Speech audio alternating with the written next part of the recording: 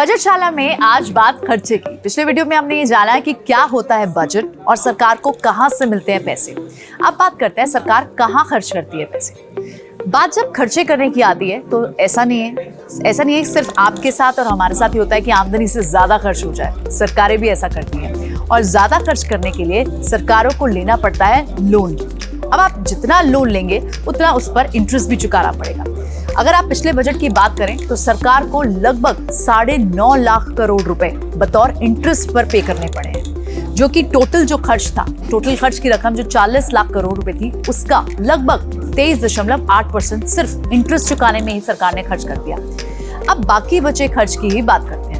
Central government का सबसे ज्यादा पैसा जो खर्च होता है वो राज्यों के साथ टैक्सेस और अलग अलग तरह की ड्यूटीज जैसे कि कस्टम ड्यूटी, एक्साइज ड्यूटी, वसूला गया जीएसटी का एक हिस्सा राज्यों को बांटने में भी चला जाता है। ये तो हो गया टोटल खर्च का 17%। इसके अलावा सेंट्रल गवर्नमेंट ने स्टेट गवर्नमेंट को ग्रांट्स और लोन्स के रूप में भी बड़ी रकम देनी होती है। तो ये खर्च की बात हुई।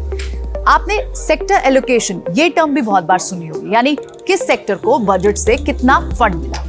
अब सेक्टर्स की बात करते हैं। डिफेंस पर पिछले बजट में करीब 12.5% सरकार ने खर्च कर दिए, जो सबसे बड़ा बजट भी है।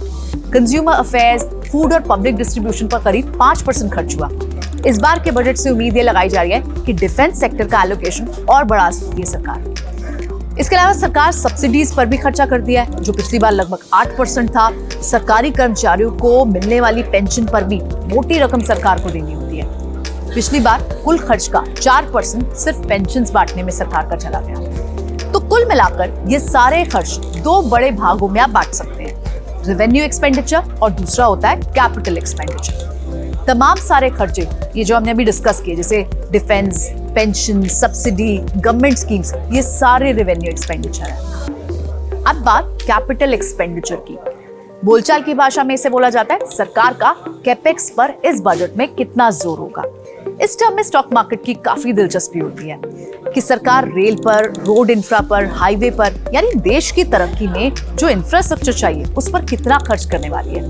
पिछले साल के बजट में सरकार ने कैपिटल एक्सपेंडिचर पर 7.5 लाख करोड़ रुपए खर्च किए थे और इसी को बाजार कहता है ग्रोथ ओरिएंटेड बजट।